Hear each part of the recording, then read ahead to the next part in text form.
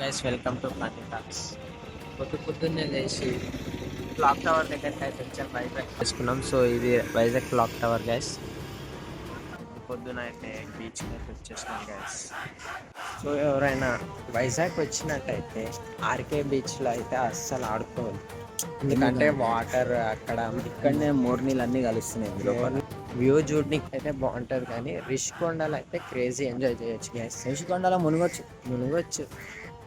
కొండలు crazy enjoy. One డేలో enjoy చేద్దాం అనుకుంటే మీరు చేసుకోలేరు.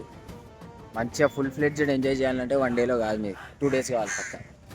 ఆర్కే బీచ్లో మార్నింగ్ వ్యూ చూస్తూ ఎంజాయ్ చేస్తూ వాళ్ళని చూస్తూ హోటల్కి స్టార్ట్ అయిపోయినాం. సో రూమ్ అయితే చెక్అవుట్ చేసేస్తాం. ఇప్పుడు అయితే స్టేషన్కి స్టార్ట్ అయిపోయినాం. అరకుకి 7 o'clock అని ఉంది. అక్కడికి వెళ్ళి మాట్లాడితే 8 o'clock అని అంటున్నారు.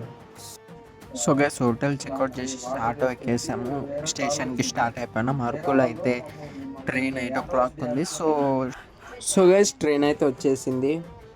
మావాడైతే చూడండి, అండ్ ట్రైన్ చూడండి, మావాడు గెలుపుతూ ఉన్నాడు. ట్రైన్ గేట్ ఓపెన్ అవుతాలే. సో ట్రైన్లో అయితే వేసాము. ట్రైన్ అయితే స్టార్ట్ అయిపోయింది.